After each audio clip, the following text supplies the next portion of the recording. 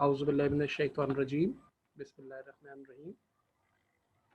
मैं Syed Zahid Hussain APS Malir cantt south campus से आपसे मुखातिब हूँ। आज हम जिस टॉपिक पर बात करेंगे आपसे, ये बड़ा इम्पोर्टेंट टॉपिक है। इस हवाले से हम ऑलरेडी एक लेक्चर डिलीवर कर चुके हैं, लेकिन बहुत सारे स्टूडेंट ने इस हवाले से बात की थी, तो आज दोबारा हम 50 टू पेज 60 आपकी बुक के चैप्टर नंबर 11 पर बात करेंगे, ऑर्गेनिक केमिस्ट्री पर। ऑर्गेनिक कंपाउंड ही हमारा टॉपिक है। तो आज के हमारे जो मेन टॉपिक होंगे उनमें फार्मूला मेकिंग है, टाइप्स हैं हाइड्रोकार्बन के हवाले से, और इनके स्ट्रक्चर्स होंगे। तो इस हवाले से पिछले लेक्चर में भी हमारे ऑब्जेक्टिव्स यही थे, understand the concept of formation and chemical reaction of organic compound और explain the formulas of organic compound. इन पर आपने ज़रा कंसंट्रेट करना है कि आप जो हैं वो इनके फार्मूलों को आसानी से समझ सकें, खुद से उन्हें लिख सकें और इनकी फॉर्मेशन को थोड़ा सा समझ सकें। जबकि पिछली क्लास में जो पिछला आपको लेक्चर मैंने भेजा था, ऑनलाइन भी वो गया था और वो यूट्यूब पर भी है, उसमें हमने बात की थी वाइटल फोर्स थ्योरी के हवाले से, हिस्ट्री पे बात की थी, वाइटल फोर्स थ्योरी थी, मॉडर्न डेफिनेशन थी हाइड्रोकार्बन्स की, फिर उसमें कार्बन का रोल था, इंडस्ट्रियल इंपॉर्टेंस थी। फिर हमने जूम क्लास में सैचुरेटेड और अनसैचुरेटेड हाइड्रोकार्बन के हवाले से भी बात की थी, और एक टेबल को भी आपने स्टडी किया था, और मैंने कहा था कि इस टेबल को आप बहुत इंपॉर्टेंस देंगे, ये टेबल आपने उतार लेना है। तो ये टेबल आपके सामने है। बहुत से बच्चों ने बाद में मुझसे ये कहा कि वो नहीं उतार सके या किसी वजह से, तो वो जूम क्लास में, तो इसलिए मैं वीडियो लेक्चर में आपके पास ये लेके आया हूँ ताकि हर स्टूडेंट इसको अच्छी तरह से स्टडी कर ले। ऑर्गेनिक कंपाउंड यहाँ मैंने लिखा है, लेकिन वो हाइड्रोकार्बन के हवाले से भी है, तो उसमें कोई कंफ्यूजन नहीं होनी चाहिए। मैंने पहले भी कहा था कि हम ये दोनों चैप्टर को एक साथ चल रहे हैं, और जनरली जो ऑर्गेनिक कंपाउंड की प्रॉपर्टीज हैं तकरीबन वही हाइड्रोकार्बन में। तो हाइड्रोकार्बन के हवाले से भी ये बात याद रखिएगा कि हाइड्रोकार्बन की या ऑर्गेनिक कंपाउंड्स की दो मेन क्लासेस होती हैं। इसके अलावा भी हैं, जैसे मैंने पहले कहा था कि एलिफेटिक या एरोमेटिक हाइड्रोकार्बन्स हैं, क्लोज चेन, ओपन चेन या रिंग लाइक हाइड्रोकार्बन्स होते हैं, जिनमें बेंजीन वगैरह के स्ट्रक्चर आपकी बुक में दिए गए हैं, और आगे हम उन पर बात भी करेंगे। साइक्लो अल्केन्स वगैरह हैं जिन पर हम आगे बात करेंगे, लेकिन अभी ज़रा शुरुआत है, तो ताकि बात में ज़रा पेचीदगी और मुश्किलात ना हो और आप आसानी से समझ सकें, तो एक आसान टेबल आपके सामने है। ये टेबल जो आपके सामने मैंने बनाया है, इस टेबल में हमने सैचुरेटेड हाइड्रोकार्बन को यहाँ पर जो है वो आपके सामने दिखाया है। ठीक है, याद रखिएगा। इसमें मैं फिर से आ जाता हूँ, सैचुरेटेड हाइड्रोकार्बन या सैचुरेटेड अल्कीन्स, यानी हाइड्रोकार्बन की दो टाइप है, एक सैचुरेटेड एक अनसैचुरेटेड। अब सैचुरेटेड से मुराद है भरे हुए, जिनके स्ट्रक्चर जो हैं वो कंप्लीट होते हैं, इनमें तमाम सिंगल बॉन्ड होते हैं, और इनमें फर्दर किसी और के इजाफे की, किसी एटम या ग्रुप ऑफ एटम को आप इसमें ऐड नहीं कर सकते, ये मुकम्मल तौर पर भरे हुए होते हैं।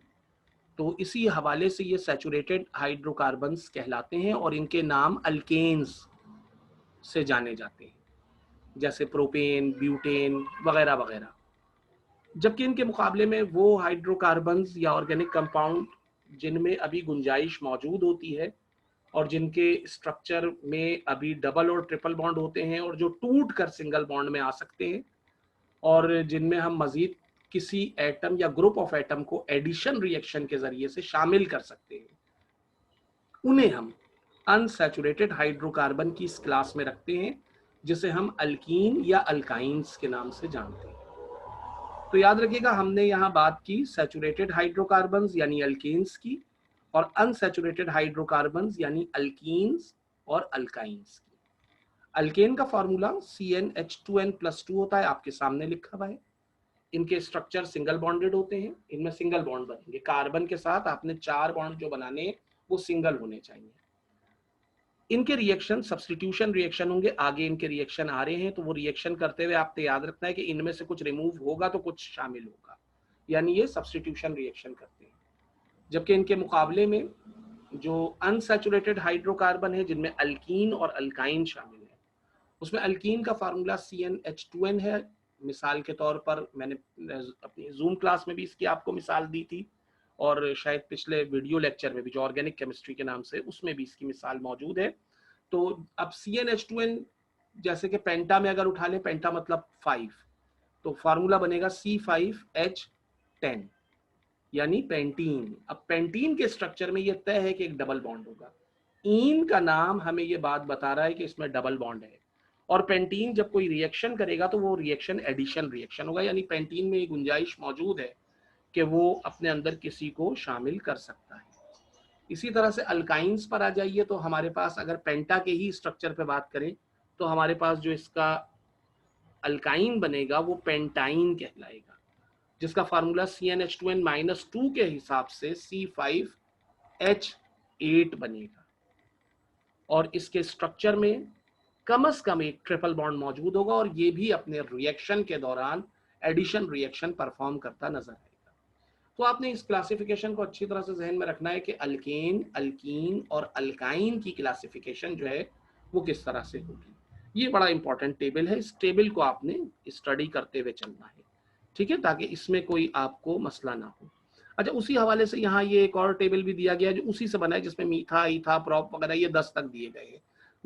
10 से ऊपर जब आप जाते हैं तो फिर उनके नाम जो है वो आप दूसरी तरह से लिखते हैं, लेकिन ये जरा कॉमन नेम होते हैं तो आप इनको इस तरह से लिख सकते हैं। तो अब मीथेन है जैसे, तो अब इसका अल्कीन और अल्काइन आपको नहीं मिलेगा, क्योंकि मीथीन और मीथाइन एग्जिस्ट नहीं करते, वो नहीं बन सकते। एक कार्बन है, एक कार्बन के साथ 4 सिंगल बॉन्ड ही लगेंगे, तो आप वहां डबल बॉन्ड या ट्रिपल बॉन्ड नहीं लगा सकते, यानी मीथीन या मीथाइन आप नहीं बनाएंगे। हाँ, अल्कीन और अल्काइन ईथा से शुरू होंगे, यानी जब आप ईथा का स्ट्रक्चर बनाएंगे, यानी N की वैल्यू जब आप 2 लेंगे, N से मुराद कार्बन एटम्स, तो जब कार्बन एटम 2 होंगे तो 2 कार्बन एटम के दरमियान एक डबल बॉन्ड या एक ट्रिपल बॉन्ड बन सकता है, जिसकी मिसाल इथीन या इथाइन है। तो कार्बन कार्बन के दरमियान जो ये डबल बॉन्ड या ट्रिपल बॉन्ड वाली एबिलिटी है, वो आप पढ़ चुके पहले के कैटिनेशन की वजह से ऐसा होता है। कार्बन ग्रुप 4 का मेंबर है, जहां पर उसमें ये प्रॉपर्टी पाई जाती है। कार्बन के नीचे सिलिकॉन है, सिलिकॉन में भी किसी हद तक ये प्रॉपर्टी है, लेकिन सिलिकॉन में पाई जाने वाली इस प्रॉपर्टी में हमें इतना ज्यादा वुसअत नजर नहीं आता जितना हमें कार्बन में नजर आता है, और कार्बन जिस तरह से एक बड़े सिलसिले से मुंसलिक हो जाता है, तो वो इसी प्रॉपर्टी की बिना पर के कार्बन कार्बन के दरमियान डबल और ट्रिपल बॉन्ड बनाते हुए चेन बनाते चले जाते हैं। तो याद रखिएगा, जैसे मैंने प्रोपेन, प्रोपीन, प्रोपाइन की मिसाल दी कि जिसमें हमने अल्केन, अल्कीन और अल्काइन देखे प्रॉप के हवाले से, यानी कार्बन के नंबर ऑफ एटम 3 है। अब प्रोपेन है तो सारे सिंगल बॉन्ड होंगे, प्रोपीन है तो एक डबल बॉन्ड होगा, और प्रोपाइन है तो एक ट्रिपल बॉन्ड होगा।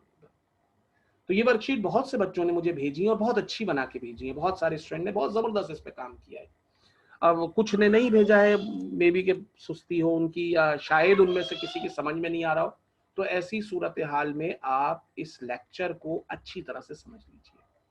इस लेक्चर में आपको ये बात बिल्कुल क्लियर हो जानी चाहिए कि आप 1 से 10 तक के अल्केन, अल्कीन और अल्काइन के स्ट्रक्चर कैसे बनाएंगे। इसके बाद ये एक बड़ा इंपॉर्टेंट टेबल है अपनी नोटबुक में। अच्छा, मेरे जितने भी लेक्चर होते हैं इनको आप नोटबुक में उतारते जाएंगे। अब ये कह लें कि अभी ये पेंडेमिक कंडीशन की वजह से जाहिर है क्लास नहीं हो पा रही है, वरना मैट्रिक क्लास में जो मेरे स्टूडेंट हैं उनको पता है सबको इस रूल का। मैं पहले दिन से बता देता हूँ कि मेरी क्लास में मेरे हर लेक्चर को उन्होंने कॉपी में रिकॉर्ड भी करना है। तो लेक्चर पॉइंट के हवाले से वो हेडिंग डालकर और डेट डाल करके मेरे लेक्चर्स को रिकॉर्ड भी करते हैं। तो यहाँ पर भी जो मेरे लेक्चर हैं, ऑडियो या वीडियो जो आपके पास आ रहे हैं, उनको आप बिल्कुल अपनी नोटबुक में नोट करते चले जाएं। कोई रजिस्टर ले लीजिए। बहुत सारे स्टूडेंट कहते हैं कि जी हमें नोटबुक नहीं मिली। भाई कोई सा भी आप रजिस्टर ले लें, कोई ऐसी चीज ले लें जिसको आप नोटबुक बना लें, कोई मोटी कॉपी ऐसी ले लें, लेकिन ऐसी हो कि जो तकरीबन साल चल जाए, 6 महीने साल तो चले। तो उसमें आपने ये टेबल जरूर बनाना है। इस टेबल में बड़ी डिटेल में ये बात दे दी गई है, और स्ट्रक्चर के हवाले से भी यहाँ क्लियर कर दिया गया है कि अगर आपके पास अल्काइन होगा तो ट्रिपल बॉन्ड में स्ट्रक्चर कैसे बनेगा। अब फिर आप उसको आगे जो है इसी तरह से कंटिन्यू कर सकते हैं, तो आपके लिए कोई मसला नहीं होगा। आप आसानी से इस बात को अगर आपने समझ लिया तो आप आसानी से इस बात को आगे लेके चल सकते हैं। तो यहाँ ये बात याद रखिएगा कि हमने इस टेबल में इनके स्ट्रक्चर के नाम देखे, सैचुरेशन के हवाले से बात की जो आपको पहले पता है, इनके जर्नल फार्मूले ये भी आपको पता है, इनमें पाई जाने वाली बॉन्डिंग की आपने टाइप देखी, नेम इनके किस तरह से आएंगे ये आप बना सकते हैं सारे, और इनके स्ट्रक्चर किस तरह से होंगे। इन बातों को सामने रखते हुए पेज नंबर 60 तक को स्टडी कर लीजिए अच्छी तरह से। वहां पर आइसोमर का टॉपिक भी है, उसको भी देख लीजिएगा। आइसोमर के हवाले से एक दो बच्चों ने मुझसे पूछा था, मैं यहाँ उसको डिफाइन करता चलूं। आइसोमर्स हम कहते हैं उन स्ट्रक्चर्स को जिनके मॉलिक्यूलर फॉर्मूला तो सेम है, यानी वो सारे के सारे पेंटेन कहलाएंगे, लेकिन उनको बनाने के तरीके एक से ज्यादा हो सकते हैं। वो आपकी बुक में बड़ी अच्छी मिसाल उसमें दी गई है कि पेंटेन को आप जो है वो नियो पेंटेन या आइसो पेंटेन के हवाले से भी बना सकते हैं, जहां पर आप जो है वो उसमें कोई ब्रांच लगा सकते हैं। तो आइसोमर जब भी बनेंगे तो वो ब्रांच चेन अल्केन होंगे, यानी वहां ब्रांच कोई जुड़ जाएगी, और ब्रांच कभी भी कॉर्नर पे नहीं लगेगी, ये बात आपने याद रखनी है, ठीक है। कभी भी कॉर्नर पे आपने ब्रांच नहीं लगानी है। तो ये ब्रांच लगने से उनके स्ट्रक्चरल फॉर्मूलों में चेंज आ जाता है, और इस हवाले से फिर वो आइसोमर कहलाते हैं। तो मुझे पेंटा, हेक्सा और हेप्टा तीनों के आइसोमर भी बना के दिखाइएगा, ये मुझे भेज दीजिएगा, ठीक है। दोबारा से सुन लें, पेंटा, हेक्सा और हेप्टा, यानी 5, 6 और 7, इनके मुझे आइसोमर बना के जो आप बना सकते हैं वो जरूर मुझे भेजिएगा, और इसको नोट कर लीजिएगा अपनी कॉपी में। तो ये भी एक इंपॉर्टेंट चीज हो जाएगी, ठीक है ना। क्वेश्चन नंबर 2 और थिंक टैंक की तरफ हम आएंगे। अभी तो मैं नहीं कह रहा हूं, अभी आप चाहें तो इसे कर लें, वरना मैंने एक वर्कशीट आपको भेज दी है, उस वर्कशीट में मौजूद जो चीजें हैं उनको पहले सॉल्व कर लीजिए, ठीक है ना। वो मुझे उसका एक फीडबैक आ जाना चाहिए। तो बस बाकी आज के दिन इतना ही है, इसको अच्छी तरह से देख लीजिएगा, फिर से नोट कर लें, आपने पेज 50 से 60 तक जाना है, ठीक है। अपना बहुत ख्याल रखिएगा, स्टडी को पूरी तवज्जो दीजिए, ध्यान दीजिए, वक्त कम होता जा रहा है, और बोर्ड का ये साल है, और हमें इसमें पूरी तवज्जो और पूरी जिम्मेदारी के साथ जो है वो अच्छे नंबर लेके आने हैं। तो उसके लिए हमारी तैयारी जो है वो बहुत स्ट्रांग होनी चाहिए।